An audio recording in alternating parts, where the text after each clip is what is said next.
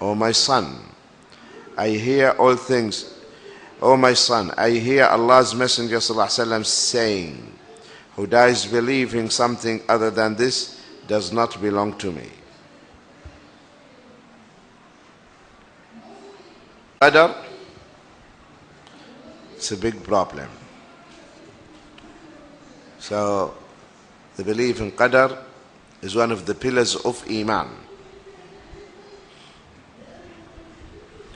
And the belief in Qadar gives you actually a motivation, because you don't worry about anything. What is written for you will not miss you. It will come to you. And what missed you, it's not yours. Understand? For instance, your colleague got promoted. Okay, that's it. That is his, not yours.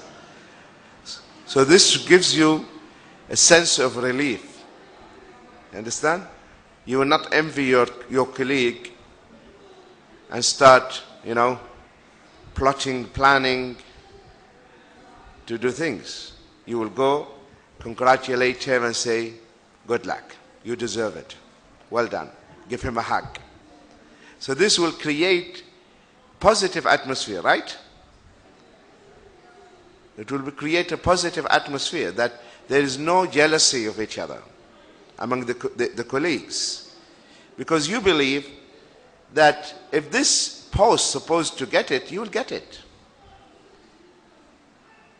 But it's not yours. It's for somebody else. Are you following me? So this gives you calmness, peace of mind. So that's why the Prophet ﷺ said, if something is yours, you'll get it. Believe me, you'll get it. No one can deprive you of that. You'll get it. But if it's not yours, don't regret. It's not yours. Are you following? Also, the Prophet, in a slightly different narrations than Ahmad, إن أول ما خلق الله تعالى القلم فقال له اكتب فجرى في تلك الساعة بما هو كائن إلى يوم القيامة. This narration is weak narration, because in the sanad Ayyub al-Himsi, and he is weak. The first thing Allah has created was the pen to write everything, and the preserved tablet. He said to it, write. And in that very hour, all what was to occur was written until the day of resurrection. So remember now, God knows whatever is going to come in the future. Nothing is hidden from God Almighty. He knows. Otherwise, He's not God. So He has to know what is happening in His kingdom.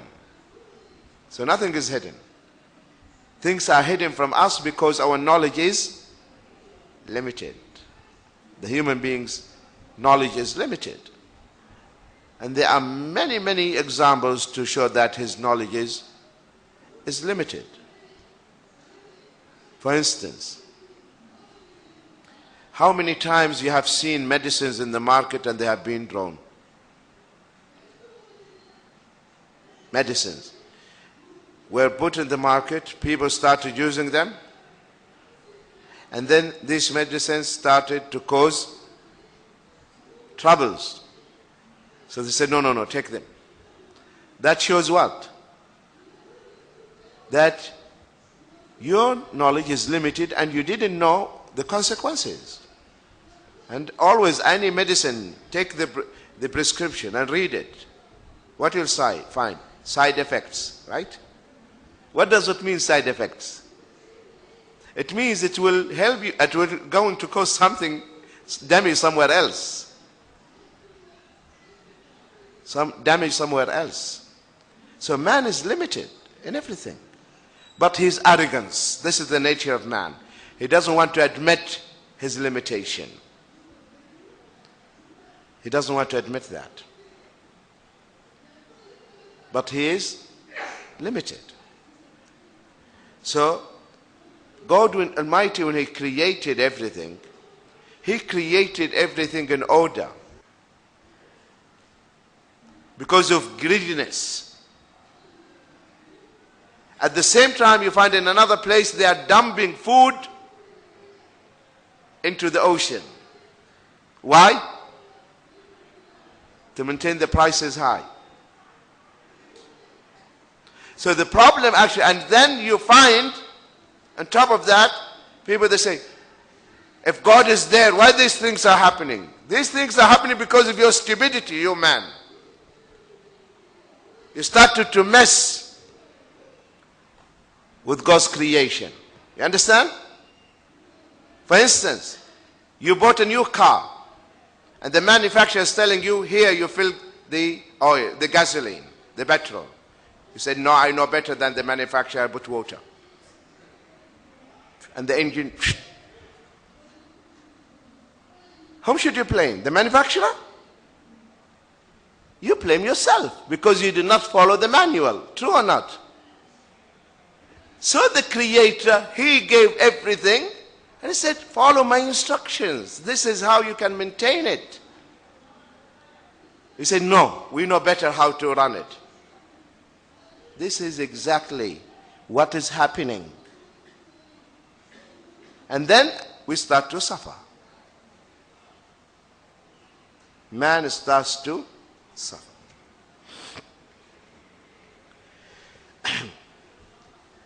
Also, in another place, another narration, the Prophet ﷺ said, فَمَنْ لَمْ يُؤْمِنْ بِالْقَدْرِ خَيْرِ وَشَرِّهِ أَحْرَقَهُ اللَّهُ بِالنَّارِ. This is Hassan, this narration. If you don't believe in the qadr, that God Almighty knows everything, that means you deny Him. Whether good or bad will be burnt by the fire. Now, who defines good and bad? Man or the Creator of man? If the definition is left to us,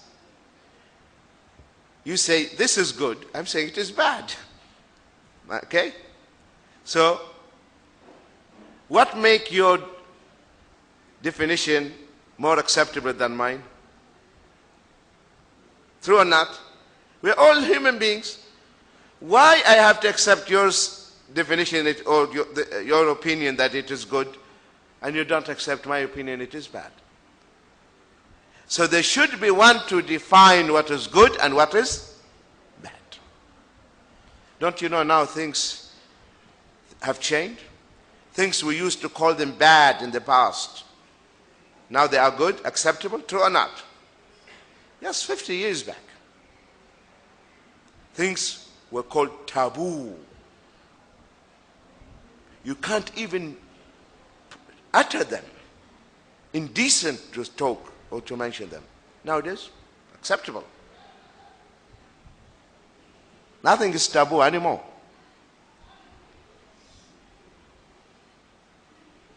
So when you start to define good and bad, it is chaos. So God Almighty, He wants us to live on His planet according to His terms. Are you following? According to His own terms. Because He created you in the first place, and He knows what is good for you and what is not.